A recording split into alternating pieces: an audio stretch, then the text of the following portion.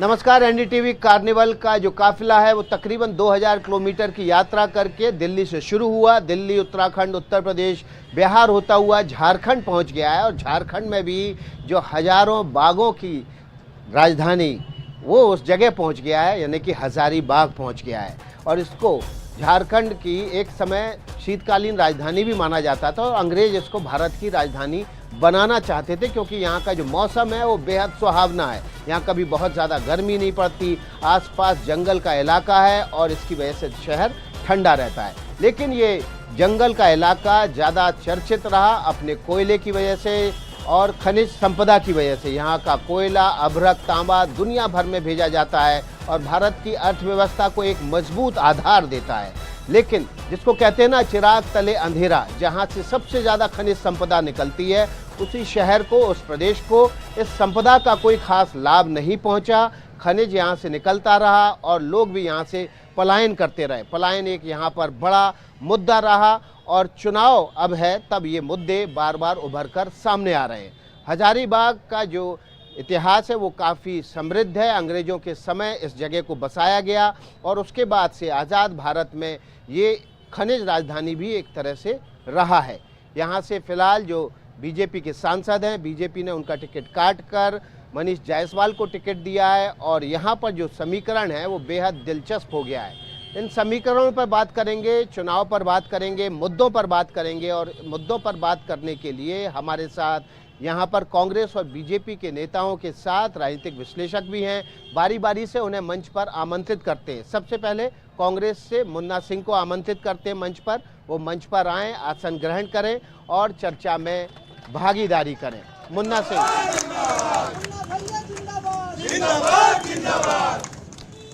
इसके अलावा बीजेपी से हमारे साथ यहाँ पर अभिमन्यु प्रसाद हैं, उनको भी मंच पर आमंत्रित करते हैं। अभिमन्यु प्रसाद मंच पर आएं और आसन ग्रहण करें ताकि हम चर्चा को आगे बढ़ा सकें। अभिमन्यु प्रसाद के अलावा हमारे साथ यहाँ पर सुकल्याण मोहित्रा भी हैं, जो प्रोफेसर हैं विनोबा भावे विश्वविद्यालय में राजनीति शास्त्र के, और राजनीतिक विश्लेषक के तौर पर हमने उनको यहाँ मंच पर आमंत्रित किया है। सुकल्याण जी, एनडीटीवी इलेक्शन कार्निवल का मंच सज चुका है। जनता जनार्दन है। चुनाव में सबसे ज़्यादा पूजा इन्हीं की होती है, वो जनता भी यहाँ पर मौजूद है और चुनावी मुद्दे और समीकरणों की यहाँ से शुरुआत करते हैं, जानने की कोशिश करते हैं कि आखिर हजारीबाग में वो कौन से मुद्दे हैं जिन पर जनता यहाँ पर इस चुनाव में वोट करने जा रही है। सबसे पहले कांग्रेस का रुख कर लेते हैं और कांग्रेस के जो हमारे यहाँ पर आमंत्रित हैं मुन्ना सिंह, उनसे समझने की कोशिश करते हैं कि आखिर यहाँ पर मुद्दे क्या है, किन मुद्दों को, क्योंकि मुद्दों को आकार स्वरूप देने का काम विपक्ष का है। क्या मुद्दे हैं मुन्ना जी? धन्यवाद। हजारीबाग में जो सबसे बड़ा यहाँ पे मुद्दा अभी क्या है, महंगाई का, बेरोजगारी का। और यहाँ जो स्थानीय विधायक थे उन्हें प्रत्याशी बनाया गया है लोकसभा का। उसमें क्या है कि उनके ऊपर इतना तरह का आरोप है, पार्टी ने कैसे उन्हें प्रत्याशी बनाया, पार्टी का कमी देखना होगा। यहाँ पे आप जितना भी तरह का इशू है हजारीबाग में, आप ज़मीन का व्यापार देख लीजिए। यहाँ गरमजुरवा ज़मीन में सभी लोगों का मकान तोड़ के मकान टूटा, उनका स्कूल उसमें स्थापित है। कोयला का व्यापार जो यहाँ पे साइडिंग चल रहा है उसमें सारा उनका वर्चस्व है। वहाँ के स्थानीय लोग जो हैं, बांका, बानादाग, कुसुम्भा, कटकमदाग, बांका, सारे लोग, फथा, सारे लोग प्रभावित, विस्थापित लोग परेशान हैं। उन लोग को, स्थानीय लोगों को रोज़गार नहीं मिल रहा है, उसमें उनकी भागीदारी नहीं मिल रही है, वो व्यवसाय उनका वहाँ चल रहा है। स्कूल यहाँ पे आप देखेंगे कि जितने भी सरकारी स्कूल पहले जो हजारीबाग का एक गौरव का विषय हुआ करता था, आज सारा स्कूल जीर्ण शीर्ण अवस्था में हो गया है। 10 साल उनका कार्यकाल यहाँ पे हो गया। अपना उनका प्राइवेट स्कूल से, एक स्कूल से 2 स्कूल हो गया, लेकिन एक भी। मुन्ना सिंह जी, अभी सरकार यहाँ पर किसकी है? सरकार तो जेएमएम कांग्रेस की है। तो सरकार आपकी है, अगर कुछ इलीगल है, अवैध है, तो आप कार्रवाई करने के बजाय मंच से आरोप लगा रहे हैं। उसमें क्या हुआ कि कार्रवाई हमने, मैं आपको जानकारी दे दें, वहाँ के विरुद्ध में हमने आंदोलन भी किया था। उसमें मेरी अरेस्टिंग हुई थी, चूँकि एनटीपीसी सेंट्रल गवर्नमेंट का संस्थान है और उसमें सेंट्रल गवर्नमेंट का इंटरफेरेंस के बाद हमारी अरेस्टिंग हुई।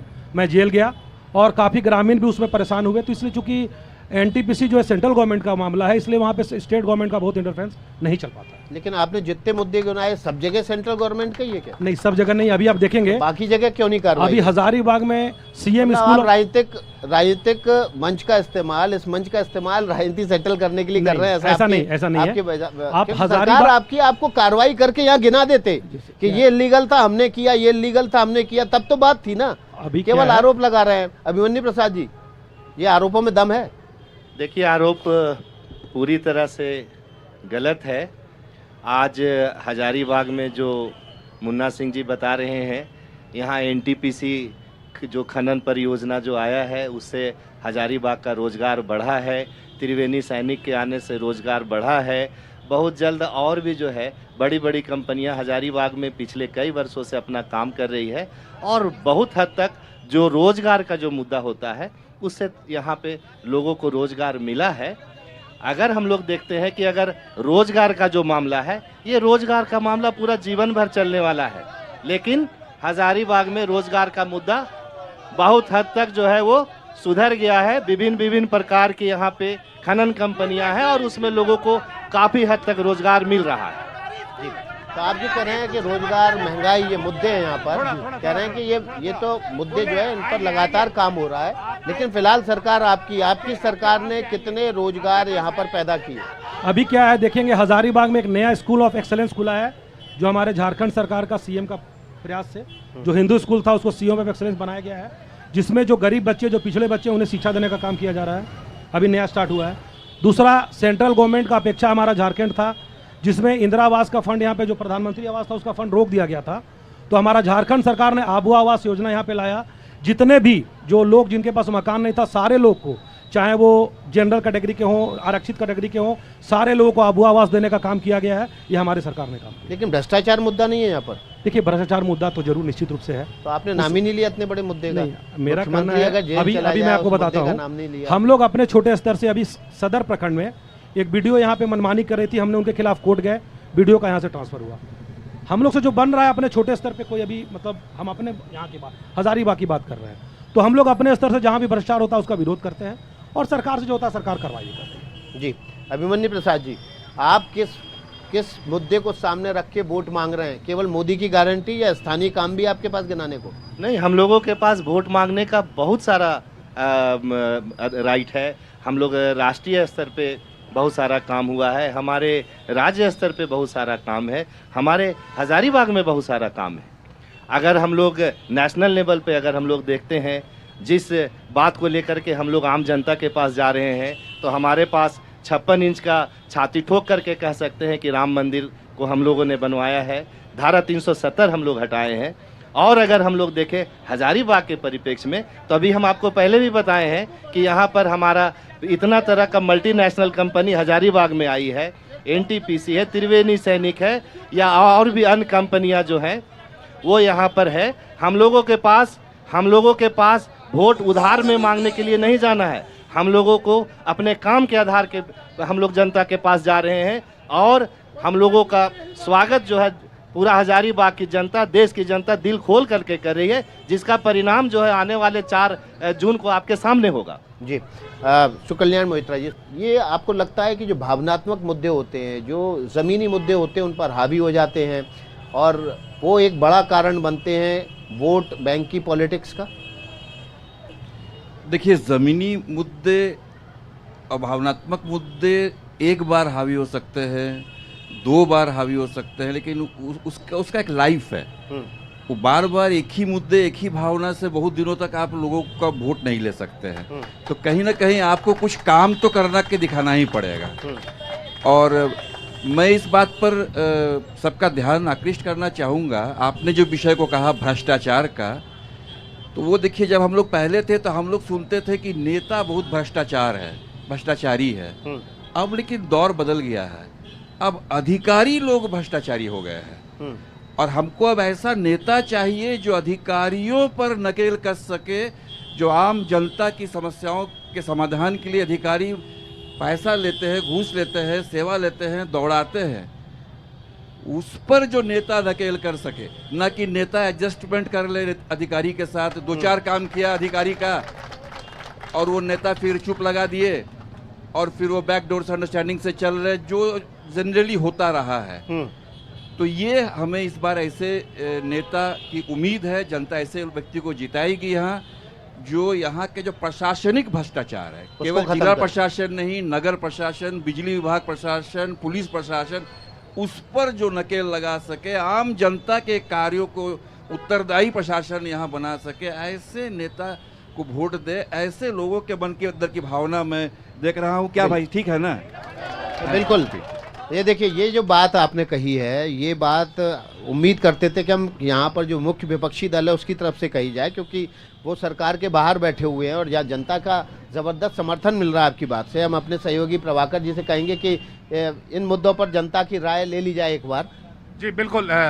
और आपसे बस निवेदन ये है कि जो बात अपनी कहनी है माइक पे कहिए, चिल्लाने से पूरा देश देखेगा, आपके शहर की बेइज्जती होगी। मैं नहीं चाहता हजारीबाग की बेइज्जती हो। बताइए। मैं जो सर जी हैं मोहित्रा सर, मैं आपके साथ इत्तेफाक रखता हूं सर। इसलिए इत्तेफाक रखता हूं कि ये आज के समय में ज्वलंत मुद्दा है हमारे यहाँ, और उसका दंश हम लोग झेल भी रहे हैं। दूसरी आपका बात- कोई सवाल है तो पूछिए। सवाल तो बात की बात है, लेकिन एक चीज़ मैं जानना चाहूँगा बीजेपी के प्रवक्ता से कि क्या सर आप हजारीबाग की, वो छोड़ दीजिए नेशनल लेवल पर क्या हुआ है, स्टेट लेवल पर क्या हुआ है, हजारीबाग का जो हमारा जो सदर प्रखंड का ये इलाका है जिसमें आपके विधायक जी हैं, जो उनका क्षेत्र आता है, उन क्षेत्रों में उन्होंने क्या क्या किया है? जी बिल्कुल। ये हम सवाल दो चार ले लेते हैं, फिर आप जवाब दे देंगे इत्मीनान से। इनका कहना है कि यहाँ पे जो आपने काम किया है वो आप गिनाएं, आप राष्ट्रीय मुद्दों पर न जाएं। जी सर, मेरा सवाल आम जनता से रिलेटेड है। दोनों दलों से मेरा प्रश्न है कि सस्ती चिकित्सा, बेरोजगारी और अच्छी शिक्षा, ये तीनों के हित में क्या कदम उठाया जा रहा है ताकि हम लोग आपको वोट दे सकें? जी, ये दोनों के लिए है। शिक्षा, बहुत बुनियादी सवाल ये उठा रहे हैं, आप बताइए। सर, मेरा नाम विवेक है और मैं क्योंकि एक छात्र हूं तो मैं छात्र कम्युनिटी की बात को उठाऊंगा। सबसे प्रमुख बात जो मैं पूछना चाहता हूं कि अभी झारखंड में जेएमएम और कांग्रेस की सरकार है, तो उसमें ये पेपर लीक की बात बार बार क्यों आती है? क्योंकि हम लोग सर जी बिल्कुल। ये और जिस तरह से तालियां गूंज रही हैं, आप समझ सकते हैं कि जो ज़्यादातर युवा हैं और छात्र हैं वो इससे इत्तेफाक रखते हैं। पेपर लीक जो है इनके लिए बड़ा मुद्दा है। आप इधर बताएं। आप एक सवाल और मैं लेता हूं, फिर आप जवाब दे सकते हैं। जी बोलिए। मेरा सवाल यही है कि जो बार बार हम लोग अभी तक जो बेरोजगार हैं, हमारा सरकार अभी कांग्रेस की इनका जेएमएम का है, और यहाँ का जो अगर भ्रष्ट अगर लोग हैं, एक भी वैकेंसी सही से क्लियर नहीं हुआ। जितना भी देखे, मैं सर खुद ऐसा पीड़िता हूँ। मैं आपकी बात समझ गया। बिल्कुल, बिल्कुल, ये जनता बात कह रही है, शिक्षा में बोलिए। भ्रष्टाचार की बात कर रहे हैं, ये सिस्टम में भ्रष्टाचार की बात कर रहे हैं। सवाल आपने सुने, अब जवाब आपका। ये देखिए, बिल्कुल देखिए, मुन्ना भैया, इसमें मैं क्या है? एक मिनट में आपको सवालों को रिकलेक्ट कर लूं ताकि आप आसानी से जवाब दे पाएं। पहला सवाल जो उठाया है कि रोजगार के लिए आप ही जिम्मेदार हैं, जो अभी युवक ने कहा कि पेपर लीक हो जा रहे हैं, भर्तियां हो नहीं पा रही हैं, दूसरा अधिकारी इतना भ्रष्टाचार कर रहे हैं, कैसे चल रही है आपकी सरकार और आप किस मुंह से वोट मांगेंगे? देखिए, यहाँ पे जो अभी जेएमएम कांग्रेस की सरकार है झारखंड में, हम अपना पहले कांग्रेस का मैनिफेस्टो में आपको बता दें कि पेपर लीक में स्पेशल एक नियम लाया जा रहा है कि जो व्यक्ति पेपर लीक में अगर शामिल होते हुए पकड़ा जाता है उस पर कड़ी से कड़ी कार्रवाई की जाएगी। आप हम लोग का मैनिफेस्टो में देख लें। हम लोग यहाँ गठबंधन के सरकार आपकी सरकार है, पहले बिल बना देते हैं आप, बाद में कहते हैं इसको लागू कर देंगे। हम बता रहे हैं आपको, वहाँ पे जो लोग, अभी आप देख लीजिएगा, एक मिनट भाई, अभी आप बिल पारित हो चुका है और जेएसएससी का यहाँ जो चेयरमैन थे उन्हें अपना पद से छोड़ना पड़ा। एक पदाधिकारी पे एफआईआर हुआ, उनके भाई पे एफआईआर हुआ। भैया आप शांति बनाए रखिए, आपने बात कह दी ना, ये बोले थे क्या मंच से, तो आप लोग अब शांति रखिए। हमारा ये कहना है कि मतलब पेपर आप लीक कह में सकते हैं कि इतना यहाँ पेपर लीक हुआ है कि उसको रोकने के लिए इन लोगों को अपना मैनिफेस्टो में जो है अपना उसका उल्लेख करना ठीक पड़ा है। है। आप समझ सकते हैं कि कितना भ्रष्टाचार यहाँ पर है। मेरा ये कहना है, उसमें पेपर लीक में जितने भी लोग शामिल थे वो न्यूज में भी आया है, सारे लोग पे एक कार्रवाई हुई है, जिसमें 2 बड़े पदाधिकारी जेल भी गए हैं। उसमें अगर मान लीजिए सरकार का काम है, अभी क्या बोले भैया, क्या बोले, पदाधिकारी का भ्रष्टाचार को रोकना पड़ेगा। यहाँ पे जो पदाधिकारी जिनको जवाबदेही दी गई बहाली कराने के लिए, अगर वो पदाधिकारी अगर भ्रष्टाचार करने का काम कर रहे हैं, वो पेपर लीक कर रहे हैं, तो इसमें सरकार कार्रवाई कर सकती है ना। तो सरकार कार्रवाई कर रही है। अगर हमारी सरकार कार्रवाई नहीं करती तो हमारी सरकार दोषी थी। हमारी सरकार ने कार्रवाई की। अभी ऑलरेडी सेंट्रल गवर्नमेंट के द्वारा झूठा केस में हमारे सीएम को बंद किया गया है। अभी देखिए, दिल्ली के सीएम को बंद किया गया है। आज के समय में एक चीज़ आप बताइए, अभी हम सारे नौजवान साथियों से पूछते हैं, अभी भारतीय जनता पार्टी की सरकार कहती है हम हिंदुत्व का सरकार है, सनातनी सरकार है। अभी इलेक्ट्रोल बॉन्ड का लिस्ट में आप निकाल के देखिए, 450 करोड़ रुपया बीफ एक्सपोर्ट कंपनी से पैसा लिया गया। क्यों लिया गया भाई? बड़ा, अभी तो सीतारमन जो हमारी वित्त मंत्री हैं, उनके हस्बैंड का बयान आया है कि इलेक्टोरल बॉन्ड से बड़ा पर भ्रष्टाचार पूरे वर्ल्ड में कोई नहीं है। बताइए अभिमन्यु प्रसाद जी, सबसे बड़ा भ्रष्टाचार कांग्रेस तो इसी को कैश कराएगी। इलेक्टोरल देखिए, बॉन्ड आपकी पार्टी ने कैश अगर कराया, इलेक्टोरल अब बॉन्ड कांग्रेस में- जो है वो वोट को कैश कराएगी। अगर इलेक्ट्रॉल बॉन्ड के जरिए अगर कांग्रेस अगर चंदा नहीं लिए रहती तब इनका बात कुछ समझ में आता था। जितनी भी राजनीतिक पार्टियां हैं सभी ने इलेक्ट्रॉल बोर्ड के माध्यम से चंदा अब लिया बताइए है। मुन्ना सिंह जी, आपने भी तो पैसा लिया अब एक इलेक्टोरल बार बॉन्ड से। बताइए हमको, आप चंदा का रेशियो देखिए कहाँ 9,000 करोड़ से ऊपर रुपया है। चंदा लेने का क्राइटेरिया को आप लोग जस्टिफाई करें आप चैनल के माध्यम से। किस मान लीजिए आज हम लोग अभी क्या है, पार्टी हमारी बैंक करप्ट हो चुकी है, हम भी अपने तरफ से 5,000 रुपया दिए, वो चंदा को चंदा मानेंगे? जो कंपनी बीफ एक्सपोर्ट कंपनी उसे पैसा ले रहा है, इंडिया का biggest gaming company future gaming, वो 1386 करोड़ रुपया चंदा दिया है। आप चंदा को जस्टिफाई करें ना। एक कार्यकर्ता चंदा दे रहा है और एक बड़ा भ्रष्टाचारी व्यापारी चंदा दे रहा है, दोनों को तो बैग बराबर थोड़ा मिला देंगे आप? भदौरिया जी, इसमें जी। चंदा अपने आप में तो बुरा चीज नहीं है, क्योंकि आखिर पॉलिटिकल पार्टियां चलेंगी कैसे, उनको चंदा तो लेना है। लेकिन यहाँ जो मामला आया है, जो बीजेपी के विरुद्ध जाता है कि उन लोगों ने चंदे के आड़ में धंधा किया है, ये जो चीज है, ये बिल्कुल ये डेट गलत आरोप बैठा है। के आप जो जब रेट करवाते हैं, रेट के बाद के डेट में वो पैसा देते हैं, फिर कोई छूट जाता है, किसी को बेल मिल जाता है, कोई पार्टी में शामिल हो जाता है, कोई अप्रूवर बन जाता है, ये सब जो हिस्ट्री बाहर आ रहा है, इसके आधार पर ये भ्रष्टाचार का एक पक्ष बन रहा है। चंदा अपने आप में भ्रष्टाचार नहीं है। देखिए, इन लोगों के पास में कोई मुद्दा है नहीं जिसको लेकर के जनता के पास में जाएंगे। एक इलेक्ट्रॉल बॉन्ड का ये लोग मुद्दा उठा रहे हैं, जिस चंदा में खुद ये लोग भी शामिल है। जितने भी तरह का जो राजनीतिक पार्टी है, सभी पार्टियां चलाने के लिए सबको चंदा की आवश्यकता होती है और लोग चंदा लेते हैं। ऐसा नहीं है कि कांग्रेस ने चंदा ने क्या, कांग्रेस ने बताया कि हमने किस किस पार्टी से कितना चंदा लिया है। सो अब तो सब कुछ खुल के सामने आ गया है। खैर, आप ये बताइए कि राम मंदिर, धारा 370, सीए, इसके अलावा कोई मुद्दा है जिसके आधार पर आप हजारीबाग में ये कहें कि हमने ये काम किया है, इस पर वोट दीजिए? हजारीबाग में बहुत सारा ऐसा मुद्दा हम लोगों का है। विकास का मुद्दा है, हजारीबाग में मेडिकल कॉलेज का मुद्दा है, हमारे यहाँ रेलवे जो है एक बहुत बहुत पुराना चिर परिचित मांग था। आज हजारीबाग में रेलवे है और आपको हम बताना चाहेंगे कि हजारीबाग से वंदे भारत ट्रेन भी गुजरती है और पूरे भारत देश में हजारीबाग जो है एक पहला ऐसा ट्रैक है जो सिंगल ट्रैक पे वंदे भारत रांची से पटना के लिए जाती है। और हजारीबाग का जो एकमात्र अगर हम लोग कुछ मांग अगर हम लोग कहें तो ये रेलवे का ही था। दूसरा मांग था मेडिकल कॉलेज का, वो लगभग बन के तैयार हो चुका है। आपको एयरपोर्ट भी जो है वो प्रक्रिया में है।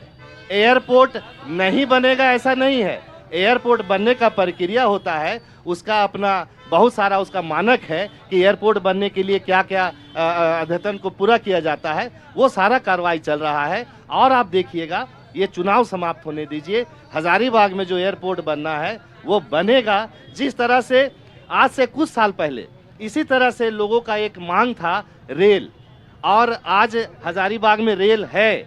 और हजारीबाग का जो एक बहुत बड़ा मांग है, हम भी मानते हैं एयरपोर्ट का एक मांग है, आम जनता का मांग है। और इस बार सरकार आने ठीक है, दीजिए, तो इस बार भी बन एयरपोर्ट जाएगा। यहाँ पे बनेगा। बिल्कुल। हजारीबाग तो गढ़ रहा है रामनवमी, और यहाँ से रामनवमी पर जुलूस निकालने की जो परंपरा यहाँ थी वो धीरे धीरे पूरे इलाके में और देश के अलग अलग हिस्सों में फैली है। लेकिन ये भी कहा जाता है कि रामनवमी के बहाने बीजेपी जो है वो राजनीति खेल जाती है और कांग्रेस और बाकी दल देखते रह जाते हैं। नहीं, ऐसा नहीं है। अभी क्या है कि राजनीति करने का देखिए क्या है कि निश्चित रूप से भारतीय जनता पार्टी का जो आचरण रहा है, धर्म में राजनीतिक रूप डाल के, लोगों को उकसा के, धर्म का सेंटीमेंट जगा के अपना राजनीति रोटी सेकने का रहा है बीजेपी। हम लोग अपने स्तर से प्रयास करते हैं, घूम घूम के हम लोग भी सारे जगह जाके लोगों को समझा रहे हैं। देखिए पिछली बार क्या हुआ, यहाँ रामनवमी में जो करंट यहाँ के विधायक थे, जो भी प्रत्याशी हैं लोकसभा के, सभी झांकियों में जाके बोले प्रशासन से मनाही था कि डीजे नहीं बांधना है, क्योंकि डीजे में लोग गलत गाना बजाने लगते हैं, इससे लोगों का सेंटीमेंट जागृत होता है, एक तनावपूर्ण माहौल बनता है। प्रशासन का बार बार रिक्वेस्ट के बाद ही प्रत्याशी जाके सभी जगह पे उन लोगों को बोल बोल के उकसा के डीजे बनवाए। आज हजारीबाग के लोग हैं, उन लोग से पूछिए, करीब करीब 500 लोगों पे FIR हुआ, जिनका कोई पूछने वाला नहीं है। आज उनके परिवार, उनके घर वाले परेशान हैं। तो परेशान कहीं ना कहीं अल्टीमेटली यहाँ के पब्लिक हो रही है। नेताजी तो अपना नेतागिरी करके निकल जा रहे हैं, परेशान यहाँ हम लोग ये लोगों को समझाते हैं कि भाई हम लोग भगवान मर्यादा पुरुषोत्तम का त्यौहार मनाते हैं, हम लोग मर्यादा के अनुसार अपने सनातन धर्म के अनुसार दूसरे को क्षति न करके प्रेम से सद्भावना से हम लोग त्यौहार को मनाएं। हम लोग अपना काम कर रहे हैं। तो 500 लोगों पे मुकदमे और नेताजी तो फर्र हो गए, अब सांसद भी बन जाएंगे, देखिए, लोकसभा बैठ जाएंगे। हजारीबाग का जो रामनवमी है, इतना बड़ा यहाँ पे आयोजन होता है, इतना बड़ा रामनवमी, इंटरनेशनल रामनवमी है, बहुत सारी कानूनी बाध्यताएं हैं, कुछ कानूनी प्रक्रिया है, किसी पर आरोप लगता है, इतना बड़ा आयोजन है। अगर ये सब मामला हजारीबाग के लिए छोटा है, अगर आप देखेंगे रामनवमी में तो हमारे यहाँ घायलों का संख्या अगर रामनवमी के दिन में देखेंगे तो आप कहेंगे कि ये पर्व यहाँ मनाया ही क्यों जाता है। लेकिन आप देखेंगे कि इतना बड़ा आंकड़ा है पूरे हिंदुस्तान में, रामनवमी को मनाने के दिन जितने लोग अपने अस्त्र से घायल होते हैं, और फिर भी देखिएगा कि हर एक साल फिर रामनवमी उसी उल्लास के साथ मनता है। लोग इसको कहीं भी बुरा नहीं मानते हैं। तो कल्याण जी, प्रधानमंत्री नरेंद्र मोदी की जो छवि है वो एक क्लीन लीडर की है, और उसके उस छवि को बीजेपी हर जगह कैश कराती है। झारखंड में तो बड़ी बेडब स्थिति है, यहाँ सिटिंग सीएम को ही जेल में जाना पड़ा था। इसके अलावा यहाँ पर आदिवासियों के बीच धर्म परिवर्तन एक बड़ा मुद्दा रहा एक समय, पैसे के दम पर या बरगला कर उनको उनका धर्म परिवर्तन कराया जाता रहा। हाल ही में बीजेपी ने छत्तीसगढ़ में आदिवासी मुख्यमंत्री बना दिया, आदिवासी सेंटिमेंट को कैश कराने के लिए। राष्ट्रपति द्रौपदी मुर्मू वो आदिवासी है। क्या आदिवासियों के बीच प्रधानमंत्री की क्लीन इमेज और इन मुद्दों का असर है, बीजेपी की तरफ झुकाव है, या उनका झुकाव अभी भी हेमंत सोरेन और बाकी दूसरे दलों की तरफ है? नहीं, देखिए, आदिवासियों के बीच में अपना स्थान बनाने में तो प्रधानमंत्री जी ने बहुत कुछ किया है। आपने ठीक जो उदाहरण आपने दिया, और इस बार तो 15 नवंबर को वो बिरसा मुंडा जी के गांव में भी आए थे और वहाँ पर बहुत सारी घोषणाएं भी उन्होंने किया, और उसको जनजातीय दिवस और क्या सब स्कीम वगैरह भी उन्होंने बहुत सारे किया। तो इस तरह से बहुत उनके जनजातियों के प्रति उनके बहुत सारे कॉन्ट्रीब्यूशंस है, और अच्छी खासी वोट बीजेपी की जनजातियों के बीच में भी है। उनके ढेर सारे एमएलए एमपीज भी उनके हैं। इस जनजातीय मंत्री हमारे झारखंड से अर्जुन मुंडा जी ही हैं, और इतना बड़ा जो है वो आदिवासी के हित के लिए ही अर्जुन मुंडा जी को केंद्र में उतना बड़ा लेकिन जनजातियों का अभी भी जो बहुमत है वो गुरुजी जो है, हेमंत सोरेन उतना बड़ा फैक्टर अभी भी नहीं है, लेकिन उनके पिताजी गुरुजी जो है, तो गुरुजी अभी भी जनजातियों के सर्वमान्य लीडर झारखंड के हैं। तो ये उनका एक अलग क्रेज है, और जब तक वो हैं तब तक उनका अट्रैक्शन जो है वो भारी पड़ेगा। और इसीलिए झारखंड में आज विधायक देखिएगा आप तो बड़ी संख्या में जनजाति विधायक जो है जेएमएम के ही है। जी, जनता से बात कर लेते हैं। प्रभाकर जी बताइए। हमारे यहाँ के जो माननीय विधायक जी हैं, जो अभी एमपी का चुनाव लड़ रहे हैं, मैं चाहूँगा यहाँ खड़े लोगों में से आप जरा पूछ के बताएं कि कितने लोग उनको डायरेक्ट पहुँचाते हैं, या उनका नंबर कितनों के पास है। प्लीज, इतने दिन से हो रहे हैं, बहुत बड़ी जी, तो इनका ये इनका आरोप समझिएगा आप। इनका कहना है कि जो विधायक हैं, जो अभी आपके एमपी के कैंडिडेट हैं, वो लोगों से मिलते जुलते नहीं हैं और एक्सेसिबल नहीं है। बताइए, आप कुछ बोलना चाह रहे थे। अभी देखिए, मैं एजुकेशन पे बात करूंगा। अभी केंद्र सरकार ने न्यू एजुकेशन पॉलिसी लागू कर दी है। ये झारखंड स्टेट है, यहाँ न्यू एजुकेशन पॉलिसी लागू होने से 4 साल का ग्रेजुएशन हो गया है।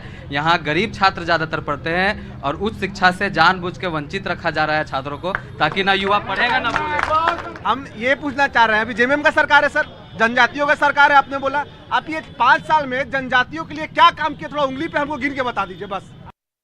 सर, मैं पूछना चाहता हूं, जितने भी प्रवक्ता यहाँ पे बैठे हुए हैं, मैं एक ही क्वेश्चन पूछना चाहता हूं उनसे कि आप लोग जो भी सरकार यहाँ पे चल रही है, आज मैं अपने मैनिफेस्टो में 5 लाख नौकरी देने की बात की थी। आज मैं पूछना चाहता हूँ यहाँ के युवा से कि वो 500 भी नौकरी दिए हैं, और अगर दिए हैं तो वो गिना दें। ये जेएमएम के सरकार में, गठबंधन के सरकार में, ये लीप ईयर नहीं है, 2024 लीप ईयर है ना, ये लीक ईयर है। ये लीक ईयर बोल रहे हैं इसको। बहुत गंभीर आरोप लग रहे हैं। युवा जो है, युवा कह रहा है जनजातियों के लिए क्या किया, युवा कह रहा है पेपर लीक नहीं, लीप ईयर नहीं, लीक ईयर है। 2024 हो गया, 10 साल हो गया। 10 साल में जब भी क्वेश्चन होता है, चाहे पेपर होता है आंसर की, उसका एग्जाम लिया जाता है, तो क्वेश्चन आप लोग को छात्रों का गुस्सा दिख नहीं रहा है क्या? आपका बहुत गुस्सा देखिए, ऐसा है, गुस्सा जो छात्रों का गुस्सा जायज है, इसलिए सरकार ने कार्रवाई भी बहुत कड़ी कार्रवाई की है। अभी जो कार्रवाई हुआ है, जैसे सीए के चेयरमैन को हटाया गया, उन्होंने रिजाइन दिया। अभी लगातार जेपीएससी का भी एग्जाम कंडक्ट हुआ है तुरंत, आचार संहिता लगने के पहले। आचार संहिता नहीं लगा रहा था, और इधर कुल मिलाकर टीचर्स का, हाई स्कूल का टीचर्स का बहाली हुआ जिसमें काफ़ी लोग इंगेज हुए। आपको सचिवालय सहायक का बहाली हुआ, 1 राउंड तो बहाली हुआ ना जी 5 साल में, अरे 1 राउंड तो हुआ ना बहाली। अरे 2 सचिवालय सहायक का और हाई स्कूल का सचिवालय का सर कैंसिल हो। अरे यार पिछले बार वाला यार, अरे भैया 5 साल बहाली के मामले में मुन्ना सिंह जी, अगर जनता से बात भदौरिया करने जी- लगेंगे तो बात नहीं हो पाएगी। भदौरिया जी, बहाली के मामले में ये लोग दोनों दोषी हैं।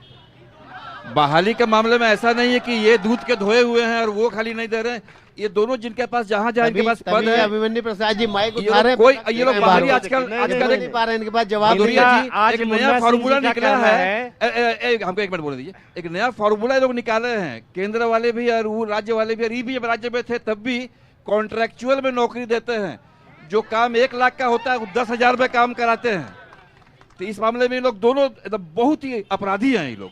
ये अपराधी है, दोषी नहीं। ये इनका कहना गलत है, और जैसा बता रहे थे मुन्ना हम सिंह गलत जी कर रहे हैं कि ये जो पेपर लीक के मामले में बहुत सारी गिरफ्तारियां हुई हैं। मैं यहाँ जितने भी जो छात्र जितने भी यहाँ हैं, विद्यार्थी हैं, या जो रोज जितने लोग यहाँ नौकरी पे चाहिए हैं, मन्नू जी, मैं गिरफ्तारी ये- नहीं चाहिए, मैं नौकरी ये चाहिए। जानना चाहता हूँ कि क्या 2-3 गिरफ्तारी होने से जितने लोगों का परीक्षा हुआ और जितने लोगों का पेपर लीक से जो कैरियर खराब हुआ, क्या 2-4 गिरफ्तारी होने से सबका भविष्य सुधर गया? मैं ये पूछना चाहता हूँ कि पहला तो ऐसा हुआ क्यों?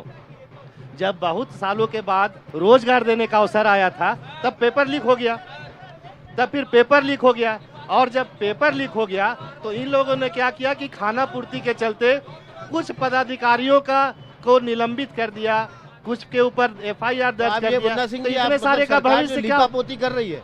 ऐसा नहीं है, सरकार ईमानदारी से कार्रवाई कर रही है। अभी देखिए जुडिशली फर्स्ट क्लास मजिस्ट्रेट लोग का एग्जाम हो चुका है, PT, जिसका देखिए जितने एग्जाम आप गिनाएंगे ना, ये नीचे लोग खड़े हैं ना, नहीं अभी हुआ है क्या भाई, वोटिंग करना शुरू अभी कर दें। जुडिशियल मजिस्ट्रेट लोग का एग्जाम अभी कंडक्ट हुआ है ना, PT एक हुआ है। अभी JPSC का जो पेपर लीक का गलत न्यूज उड़ाया गया था, जो अभी एग्जाम हुआ है, उसका भी PT अब रिजल्ट हमको लगता है 2-4 दिन में उसका आने वाला है। जैसे मेरा ये लोग को हम सुझाव देंगे, हाँ। ये लोग को सुझाव देंगे कि ये लोग जो पूरा लिस्ट निकालते हैं, शेड्यूल निकालते हैं कि किस दिन एडवर्टीजमेंट होगा, किस दिन रिटर्न टेस्ट होगा, किस दिन PT, किस दिन मेंस होगा, किस दिन रिजल्ट निकलेगा, उसी में ये लोग डेट निकाल दे किस दिन लीक होगा। दोनों ही पार्टी की सरकारें शिक्षक नियुक्त नहीं करते हैं, स्कूल में कॉलेज में टीचर नहीं है, ये सब कोचिंग में पढ़ते होंगे।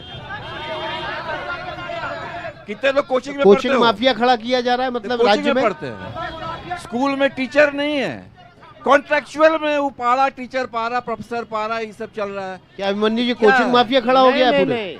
हजारीबाग में शिक्षा के क्षेत्र में, हजारीबाग में विनोबा भावे विश्वविद्यालय है, और इस विश्वविद्यालय में पढ़ने के लिए सुदूरवर्ती क्षेत्रों से पूरा छात्र लोग आ सीधा रहे किस पे हैं। जवाब दीजिए, और क्या कोचिंग हावी है यहाँ पर? कॉलेज में नहीं, बच्चे नहीं जाते, लोग- स्कूलों में नहीं जाते? ऐसा है कि लोग किसी दबाव में कोचिंग नहीं ले रहे हैं, लोग किसी दबाव में कोचिंग ले रहे हैं, वो स्वेच्छा से कोचिंग ले रहे हैं। क्या आप आप लोग बताइए? स्वेच्छा से कोचिंग लेते कोचिंग हैं? सब स्वेच्छा से हजारीबाग में रह के एक बार लेते हैं। प्रभाकर, एक बार बात कर सारा लेते हैं। सर अगर कोचिंग अगर जरूरी नहीं है तो इतना छात्र सब बेवकूफ नहीं है सर कि कोचिंग में जा रहा है। आपके स्कूल में कोई ढंग से पढ़ा नहीं रहा है, न टीचर आते हैं तो बस सर सैलरी लेने के लिए आ रहे हैं। टीचर का एग्जाम हो रहा है तो आप पैसा लेके। देखिए इनका लब्बो लबाव ये है कि तो आपके क्या शिक्षा जितने भी व्यवस्था यहाँ का ये छात्र दोष पढ़ है रहे हैं, जिसके सबको आप चलते बेवकूफ बोल रहे हैं इन छात्रों को कि कोचिंग जितने जाना लोग यहाँ पड़ रहा है। पढ़ने आए नहीं सब नहीं, लेकिन ये बेवकूफ हैं। बहुत गंभीर आपका मसला प्रश्न- है। आपका आप उत्तर कह तो रहे हैं सही नहीं है। नहीं नहीं, किसी भी लेकिन दृष्टिकोण सब से बच्चे सही कह रहे नहीं हैं है। कि भाई मजबूरी में जा रहे इनसे हैं। ये नहीं, पूछा नहीं, जाए मजबूरी कि में जाना इनके पड़ रहा है, पढ़ना इनके कोई प्रतिनिधि मजबूरी नहीं है। जीतेंगे तो क्या शिक्षा से करेंगे? जाना चाहिए, अगर स्कूल एकदम कॉलेज में अच्छी कोचिंग पढ़ाई में होगी। पढ़ना, सारे घर के बच्चे अच्छी शिक्षा के लिए लोग एक्स्ट्रा कोचिंग आपके लेते ही हैं। प्रतिनिधि अगर जीतेंगे स्कूल तो में क्या अच्छी करेंगे? पढ़ाई होगी तो कौन जाएगा? आप बताइए, आज से 20 साल 25 साल पहले आप भी कॉलेज में पढ़े होंगे, आप कोचिंग गए थे क्या? एकदम गए थे। आप कोचिंग में 20 हाँ, साल उस पहले समय गए कोचिंग थे? था ही नहीं। सारे लोग गए, क्यों हमारे नहीं? घर समय के यहाँ बच्चे कोचिंग जाते नहीं हैं। कोचिंग अच्छा, ये इनके कोचिंग और प्रतिनिधि शिक्षा। जीतेंगे, इनके कोचिंग- प्रतिनिधि जीतेंगे तो इस ये अलग समस्या बात का है। क्या हल नहीं, निकालेंगे, नहीं, नहीं। ये कमिटमेंट ले लीजिए। ये अलग बात है। मुन्ना जी, क्या मजबूरी में जा रहे हैं? निश्चित रूप या से शिक्षा का स्तर गिरा है? निश्चित रूप से शिक्षा का स्तर गिरा है। जो बच्चे पढ़ना चाहते हैं वो मजबूरी में कोचिंग सेंटर में जा रहे हैं, इस बात को मैं मन से स्वीकार करता हूँ। आपके बच्चे भी जा रहे हैं कोचिंग? हमारे बच्चे भी कोचिंग जा रहे हैं। हमारे बच्चे तो पढ़ाई कर चुके हैं। मेरा बेटा तो जुडिशरी का तैयारी कर रहा है अभी वो। तो आपके प्रतिनिधि जीतेंगे तो आप कैसे क्या देखिए, करेंगे? हमारा बात समझिए, हम लोग का पहला भी आप देखेंगे अभी कांग्रेस में मैनिफेस्टो है, हम लोग का पहला प्रयास है शिक्षा का जो स्तर है, जो पहले आज का 30 साल 40 साल पहले हुआ करता था, 30 साल पहले, आज जितने भी पुराने बुजुर्ग लोग से पूछिएगा सब अपने गांव का, अपने कस्बा का स्कूल से पढ़ के पदाधिकारी अफसर लोग बने हुए हैं। इधर इन दिनों क्या हुआ है, प्राइवेट स्कूल का जो एक कॉकस पूरे एजुकेशन सिस्टम पे हाविस हो गया है, जो हमारा हजारीबाग भी उससे ग्रसित है।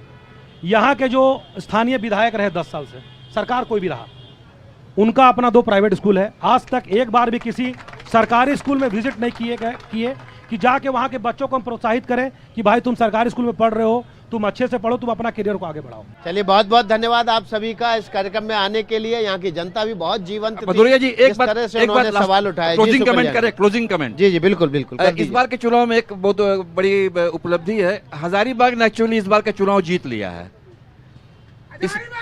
हजारीबाग इसलिए क्योंकि दोनों उम्मीदवार इस बार हम लोग के हजारीबाग के अपने लोग हैं, स्थानीय उम्मीदवार है। बहुत दिनों के बाद ऐसा हुआ है, दोनों विधायक है, इसी जिला में विधायक है और दोनों पॉपुलर हैं, दोनों युवा हैं। तो ये इस मामले में हजारीबाग का, ये हम लोग का नेता हो, हजारीबाग की जीत है। श्री राम उनको कहना ही कहना है। हजारीबाग जो है वो राम की ही धरती है, यहाँ जय श्री राम ही होना है।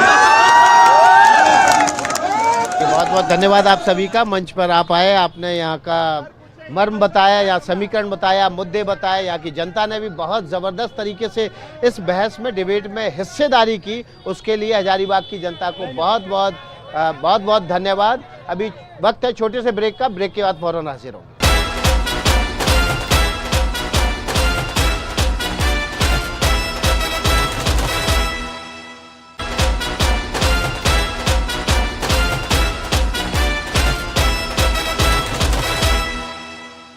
हजारीबाग में एनडीटीवी के इलेक्शन कार्निवल का काफिला पहुंचा। यहाँ पर रंगारंग कार्यक्रम का भी आयोजन होगा। चुनाव में हजारों रंग होते हैं और इसी रंग में एक रंग जो है वो स्थानीय लोक कलाकारों का भी है। लोक कलाकार अपनी प्रस्तुति के जरिए न केवल लोगों का मनोरंजन करते हैं बल्कि उन्हें उनके अधिकारों के लिए जागरूक भी करते हैं। हमारे साथ हजारीबाग के स्थानीय लोक कलाकार मौजूद हैं जो अपनी प्रस्तुति देंगे और लोगों को जागरूक करने के साथ साथ उनका मनोरंजन भी करेंगे।